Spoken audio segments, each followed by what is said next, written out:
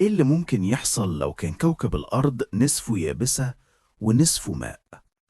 لو حاولنا نسوي النسبة بين اليابسة والمحيطات، مستوى البحر هينخفض حوالي 3 كيلومتر.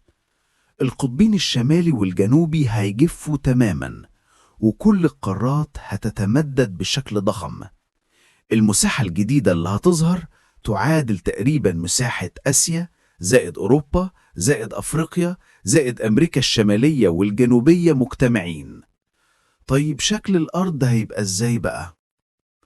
السواحل القديمة هتبقى مسطحة نسبيا، أما المناطق اللي كانت محيطات عميقة هتكشف عن ممرات هائلة ووديان عميقة.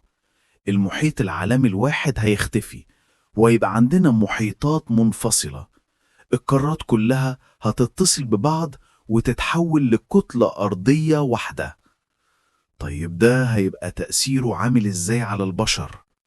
لبعض الناس هيبقى خبر رائع، مش هيبقوا محتاجين سفن ولا طيارات، هيقدروا يمشوا من أفريقيا لباقي العالم بسهولة.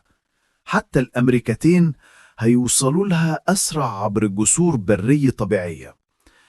لكن في الجانب المظلم، المحيطات هتفقد قدرتها على توزيع الحرارة، وده في دوره هيخلي المناخ ينهار.